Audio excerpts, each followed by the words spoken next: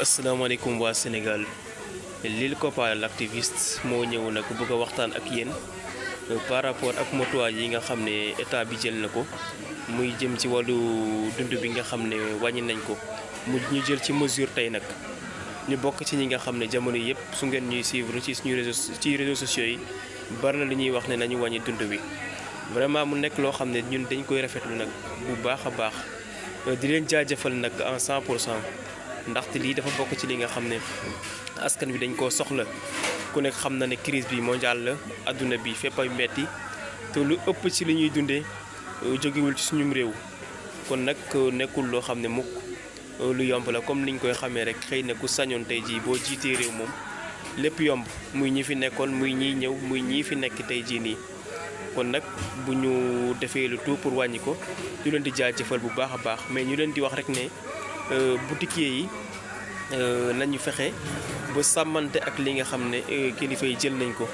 ñoom it ñu fexe ba sartu boobu noonu ñoom it mu am suivi ndaxte Sénégal suñu problème mooy problème mu suivi nañ xalaat lu baax indi lu baax mais nag du am li nga xam ne moo di suivi à travers nag sama baat muy Lil Copa l'activiste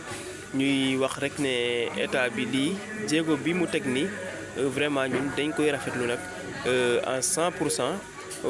di wax rek ne képp koo xam ne gis nga ne xëy na ñeneen ñu ngi jaay naka si dund noonu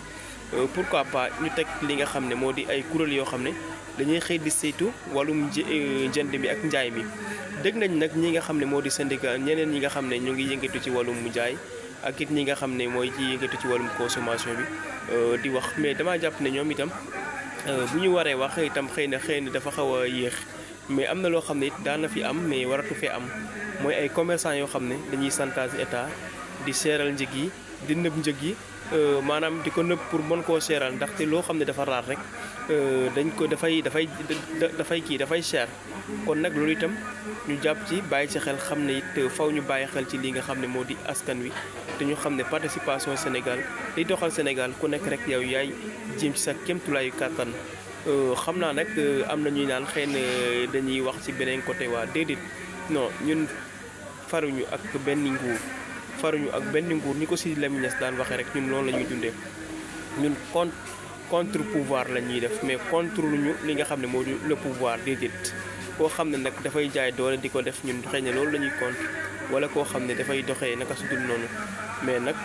vraiment bu ñu gisee loo xam ne lu baax la te nguur gi def ko